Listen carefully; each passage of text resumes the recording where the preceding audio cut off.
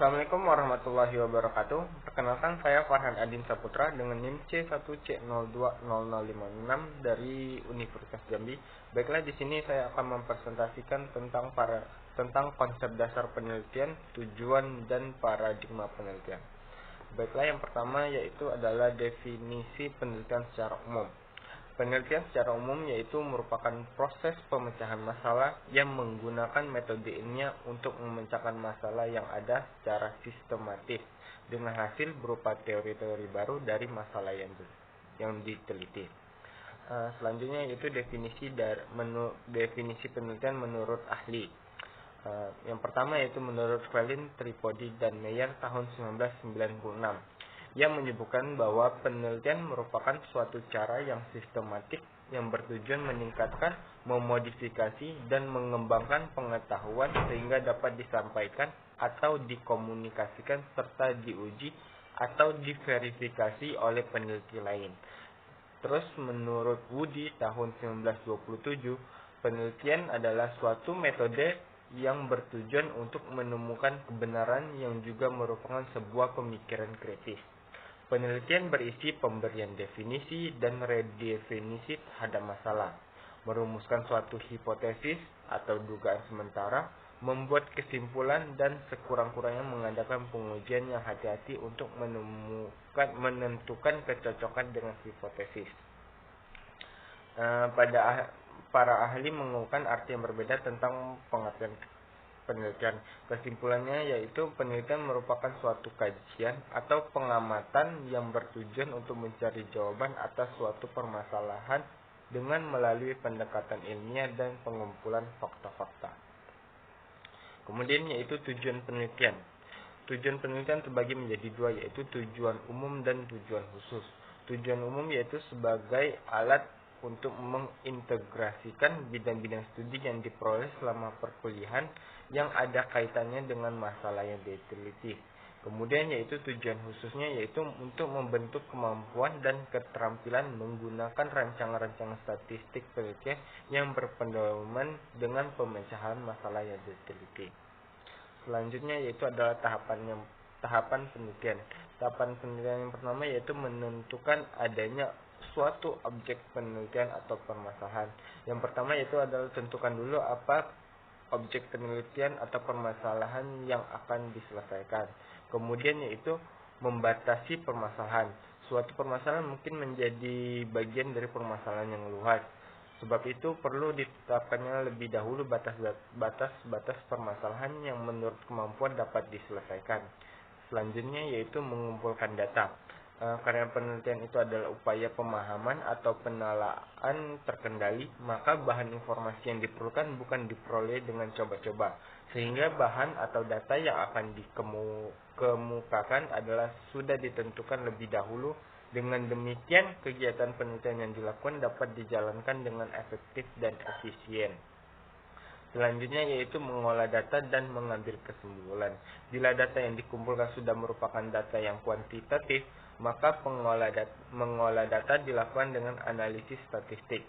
Analisis statistik ini sangat menentukan mutu atau taraf kepercayaan akan hasil penelitian itu. Penafsiran hasil penelitian melalui analisis statistik itu dapat dinyatakan dengan angka-angka.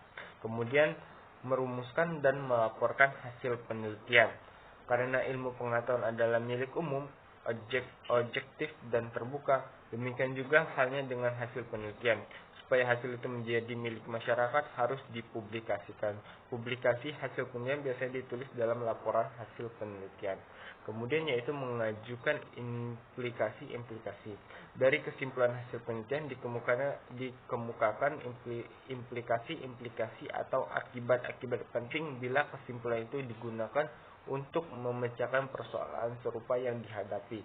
Rekomendasi diajukan bagi mereka yang akan menggunakan hasil itu dalam praktik. Kemudian selanjutnya yaitu prinsip penelitian. Prinsip penelitian itu ada 4. Yang pertama yaitu menemukan penelitian yang mendapatkan sesuatu yang baru. Kemudian mengembangkan atau menggali lebih dalam apa yang sudah ada. Kemudian menguji kebenaran, dan menguji kebenaran ini dilakukan jika apa yang sudah ada dan masih diragukan kebenarannya.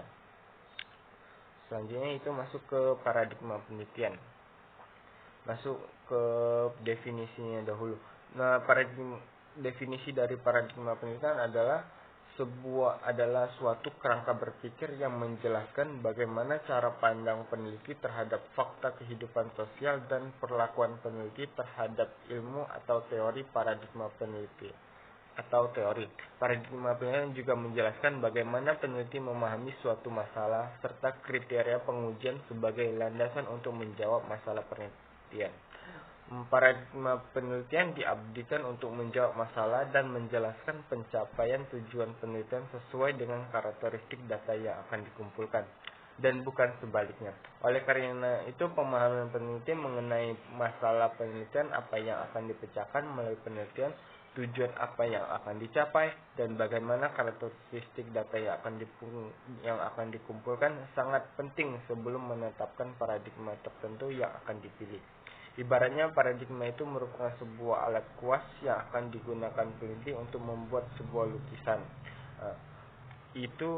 Penelitian itu ibarat jenis dan karakteristik lukisan akan mengarahkan peneliti dalam memilih alat kuas tertentu. Selanjutnya yaitu adalah tujuan paradigma penelitian. Peneliti melakukan sebuah penelitian atau penyidikan terhadap suatu masalah, maka akan muncul sebuah paradigma peneliti yang berupa jenis-jenis paradigma yang kemudian di dalam paradigma tersebut akan memunculkan berbagai pendekatan dan metodologi penelitian yang dapat digunakan sebagai acuan atau alat bantu bagi peneliti untuk dilakukan penelitian. Dengan adanya paradigma penelitian tersebut, maka akan memunculkan jenis pendekatan dan metodologi penelitian yang sesuai dan kemudian digunakan sebagai acuan atau sebagai alat bagi para peneliti untuk melakukan penelitian. Adanya epistemologi dan ontologi bisa dipandang secara holistik atau menyeluruh mengenai bagaimana sebuah pengetahuan dipandang dan sebagaimana sebuah pengetahuan dipandang, dan juga bagaimana peneliti bisa melihat diri sendiri dalam hubungannya dengan pengetahuan dan strategi metodologis yang akan digunakan untuk mengungkap penelitian. Dan dengan adanya kesadaran mengenai asumsi filosofis, penelitian bisa langsung meningkatkan kualitas penelitian dan bisa berkontribusi pada perkembangan sebuah penelitian. Selanjutnya yaitu adalah jenis-jenis paradigma penelitian. Setelah mengetahui makna dari paradigma penelitian dan penelitian, maka akan dapat disimpulkan bahwa paradigma penelitian merupakan kerangka berpikir yang menjelaskan bagaimana cara pandang peneliti terhadap fakta dan kehidupan sosial, perlakuan peneliti terhadap ilmu dan teori yang dikonstruksi sebagai suatu pandangan yang berdasar dari suatu disiplin ilmu tentang apa yang menjadi pokok persoalan yang semestinya dipelajari. Ada beberapa aliran filsafat yang dijadikan para ilmuwan sebagai paradigma penelitian. Di antaranya yaitu positivisme dan postpositisme atau fenomenologis, yang mana di antara aliran filsafat tersebut akan menjadi suatu paradigma yang dapat menentukan seorang peneliti dapat memilih metode penelitian yang akan diteliti. Paradigma positivisme itu menganggap bahwa realitas itu betul-betul ada secara nyata dan dapat diselidiki secara terpisah. Penelitian dan objek yang diteliti adalah independen, dan peneliti mampu tanpa mempengaruhi objek atau dipengaruhi oleh keadaan. Cara menelitinya bisa dengan percobaan atau manipulasi, sehingga dapat dikontrol objektivitasnya. Kemudian yaitu paradigma postpositisme atau fenomenologis. Paradigma ini mengakui tentang realitas objektif, akan tetapi pengertiannya tidak dapat ditangkap secara sempurna dan mengandung serba kemungkinan karena kelemahan intelektual manusia dan fenomena alam yang mudah berubah. Oleh karena itu perlu keterlibatan subjektif untuk memudahkan memahami realitas sedekat mungkin dengan kenyataan yang sesungguhnya. Maka dalam hal ini paradigma penelitian dibagi lagi menjadi dua, yaitu paradigma penelitian kuantitatif dan paradigma penelitian kualitatif. Yang pertama yaitu penelitian kuantitatif. Paradigma ilmiah sebagai sebagai pijakan penelitian kuantitatif yang bersumber dari pandangan positivisme. Positivisme berakar dari pandangan teoritis Auguste Comte dan Émile Durkheim pada abad ke-19 dan abad ke-20. Para positivis mencari fakta penyebab fenomena sosial dan kurang mempertimbangkan keadaan subjektif individu. Kemudian paradigma penelitian kuantitatif sebagai pijakan penelitian kualitatif yang bersumber dari pandangan post-positivisme. Paradigma alamiah bersumber mula dari pandangan Max Weber yang diteruskan oleh Erwin Dechert.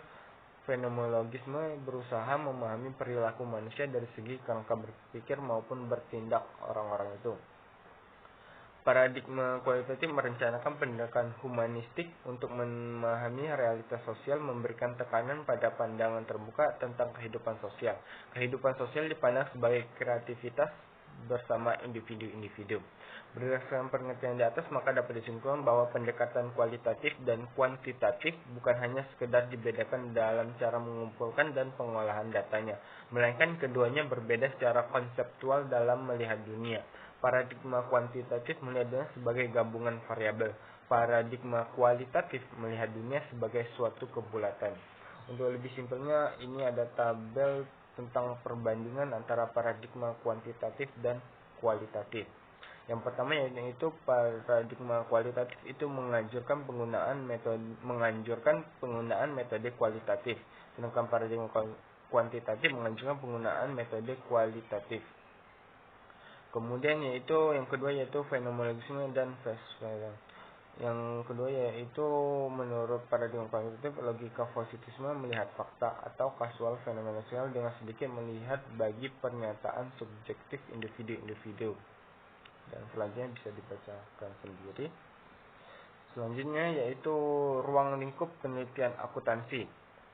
Di sini saya akan menjelaskan ruang lingkup apa saja yang menjadi objek dalam penelitian akuntansi.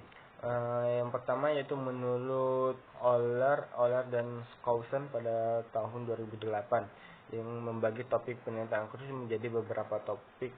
Yang pertama yaitu adalah akuntansi keuangan, akuntansi manajerial, pengauditan, perpajakan, government atau corporate government, dan pengendalian, dan topik-topik lain seperti edukasi, sejarah, ujian CPA, dan sebagainya yang tidak ada di bagian topik sebelumnya.